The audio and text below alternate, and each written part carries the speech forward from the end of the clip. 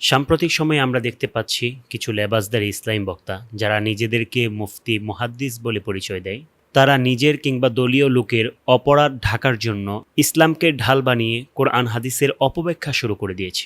এমনকি নিজেদের কুকর্ম ঢাকতে নবী সাহাবীদের সুমহান শান মর্যাদার উপর তারা আঙ্গুল উঠাচ্ছে। নিজের মনমতো বানোয়াট কিচ্ছা কাহিনী ছড়িয়ে তাদের আকাশচুম্বী শানে বেয়াদবি করছে। অথচ ইসলাম আমাদেরকে শিক্ষা দিচ্ছে, অপরাধী যদি আপনার বাবা মা আত্মীয় স্বজন ছেলে সন্তান যাই বলুন, যেই হোক না কেন, আপনাকে সত্যের সাথেই থাকতে হবে।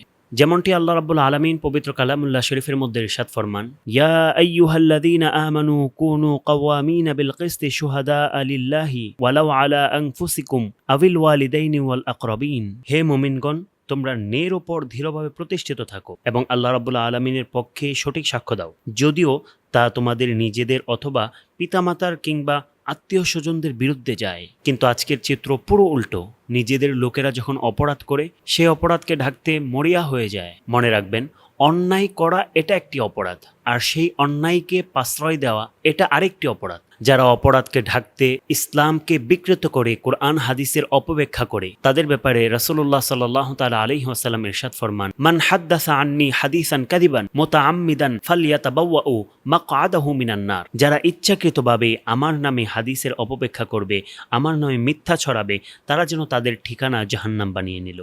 আর পবিত্র কালামুল্লাহ শরীফে সূরাতুল বাকারার 174 নম্বর আয়াতে আল্লাহ রাব্বুল আলামিন বলেন, যারা দুনিয়াবী স্বার্থ হাসিল করার জন্য, অপরাধ ঢাকার জন্য আল্লাহ রাব্বুল আলামিনের কালামকে গোপন করে, সত্যকে গোপন করে, তারা যেন তাদের পেটে জাহান্নামের আগুন ভরছে। বড় আফসোসের বিষয়, আমরা এখন দেখতে পাচ্ছি কিছু কিছু মানুষ আগ বাড়িয়ে বলছে যে অমুক সাহাবী অমুক নবী তো এমন করেছেন। নাউজুবিল্লাহ, নবীর নামে সাহাবীর নামে অপবাদ দিয়ে সে তাদের নিজের দলীয় লোকের সাফাই গাচ্ছে, নিজের দলীয় লোকদেরকে বাঁচানোর চেষ্টা করছে, অথচ নবীর শানে বেয়াদবি করছে, সাহাবীদের শানে বেয়াদবি করছে।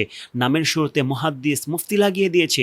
তাদের মধ্যে কোনো পরোয়া নাই। তারা ইসলামটাকে এমনভাবে ব্যবহার করছে যেন এটা তাদের লিপিবদ্ধ করা ইসলাম।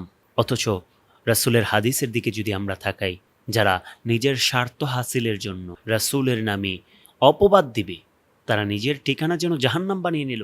আর সাহাবীদের সমালোচনা করা এটা সুস্পষ্টভাবে হারাম। আমরা মানুষ হিসাবে আমাদের ভুল হতেই পারে। ভুল হয়ে যাওয়ার পর আমাদেরকে আল্লাহ রাব্বুল আলামিন তওবা করার সুযোগ দিয়েছেন। সেই জায়গায় আপনি আপনার দলীয় কিংবা নিজের অপরাধ ঢাকার জন্য নিজের মন মতো ইসলামকে ব্যাখ্যা করছেন, এটা মুনাফিকি ছাড়া আর কিছুই নয়। সুতরাং ইসলামের অপব্যাখ্যা করে দলের প্রতি, নেতার প্রতি অন্ধ ভক্তি দেখিয়ে ঈমান হারাবেন না।